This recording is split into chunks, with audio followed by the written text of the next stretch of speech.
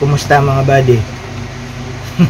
Sana'y nasa maayos kayong kalagayan sa kwentuhan natin ito, kung nasaan man kayo. Ito yung nangyayari sa gobyerno natin ngayon. Yung mga leader natin parang nagro-royal rumble dun.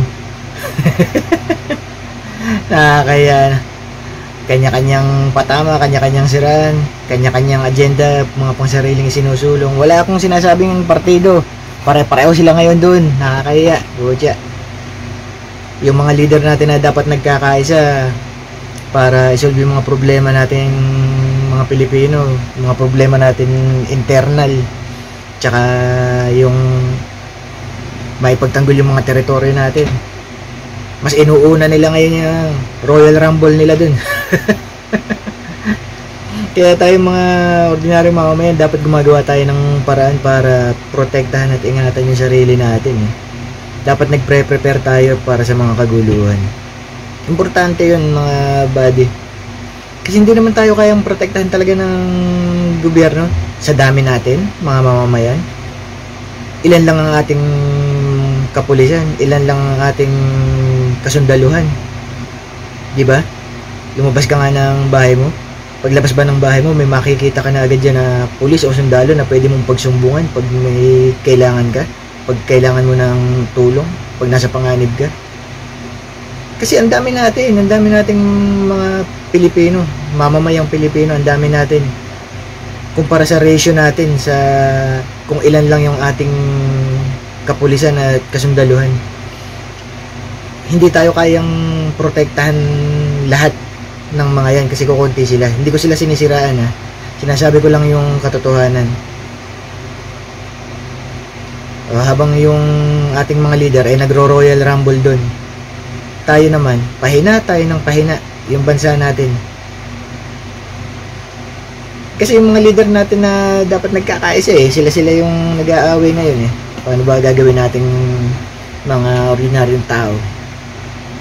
Kaya ikaw, bilang individual, lalo na kung ikaw ay lalaki o padre de pamilya, may obligasyon mo na gumawa ng paraan para i-secure yung safety ng iyong sarili at ng iyong pamilya.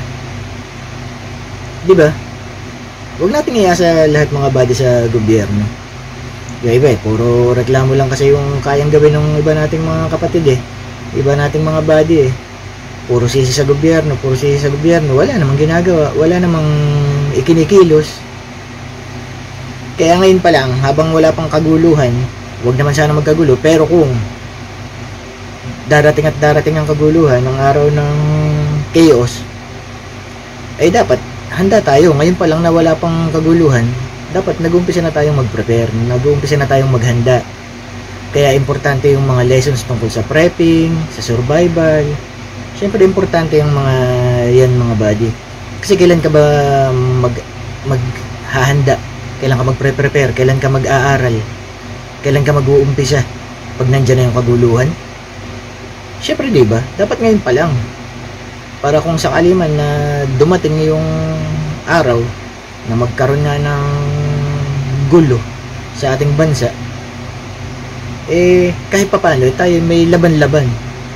Kumbaga meron tayong pag-asa na makaligtas o makasurvive man lang. Kasi kung tutusin sa sitwasyon natin ngayon, kung gusto tayong sakupin ng ibang bansa, lalo yung mga singkit, kilala nyo naman kung sino yung nangahara sa atin Kung gusto nila tayong sakupin, baka kayang-kaya na nila Bakit kaya mo kayang-kaya na nila? Kasi busy yung mga leader natin busy sa pagro-royal rumble Ay nako mga buddy, nakakahiya. Kaya tayo, mga ordinaryong tao, mga ordinaryong mamamayan, gumawa na tayo ng paraan sa sarili natin kung paano isi-secure yung safety natin at ng pamilya natin, ng mga mahal natin sa buhay. Diba?